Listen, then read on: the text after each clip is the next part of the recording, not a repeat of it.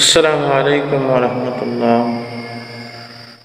দেশ বিদেশ থেকে যারা আমার এই ভিডিওটি দেখতে আছেন, আমার সম্মানিত ভাই ও বন্ধুগণ, সবাইকে আমার অন্তর থেকে জানাই হাজারো ধন্যবাদ।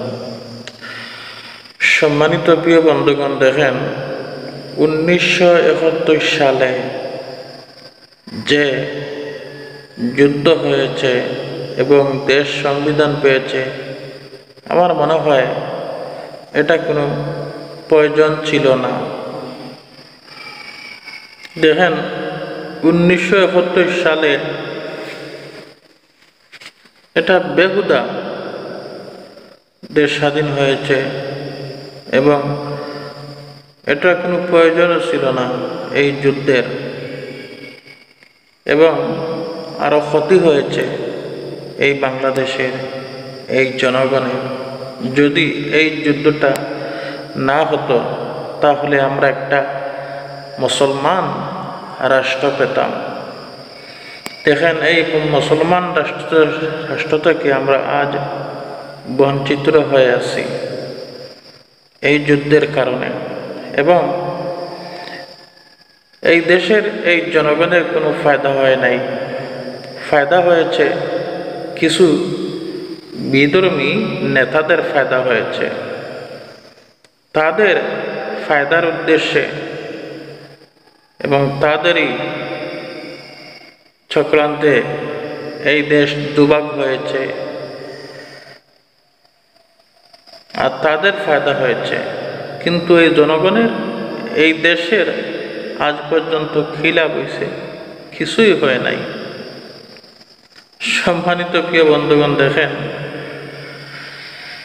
এরপরও এখন যেহেতু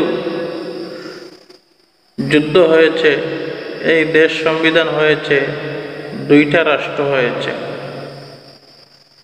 তাহলে এখন আমরা পাকিস্তানের সাথে মিলেমিশে চলতে এখানে কি বাধা আছে? রাষ্ট্র তো দুইটা, আলাদা আলাদা। এবং কেউ কেউ বলছে তাদের সাথে চলাফেরা করলে, পাকিস্তানের সাথে সম্পর্ক রাখলে রাজাকার বলতেছে। সম্মানিত প্রিয় বন্ধুগণ, একটা মুসলমান রাষ্ট্রের সাথে চললে যদি রাজাকার হয়ে যায়, আর হিন্দুর সাথে, খ্রিস্টানের সাথে ভারত, এই হিন্দুর সাথে ভারতের সাথে চলাফেরা করতে, সম্পর্ক রাখতে আমাদের কোনো বাধা নেই। কিছু কিছু মুসলমানরা চাচ্ছে। আসলে দেখেন, মুসলমানের সম্পর্ক কোনো হিন্দুর সাথে, কাফিরের সাথে হতে পারে না। মুসলমানের সম্পর্ক হতে হবে মুসলমানের সাথে। সম্মানিত প্রিয় বন্ধুগণ, তবে 24শে জুলাই আন্দোলনের সেই সংবিধানকে আমরা মানি।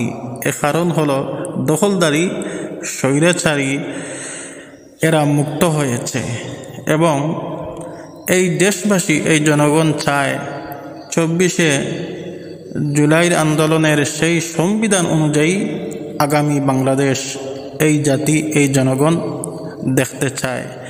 সেই অনুযায়ী বাংলাদেশ গড়বে ইনশাল্লাহ।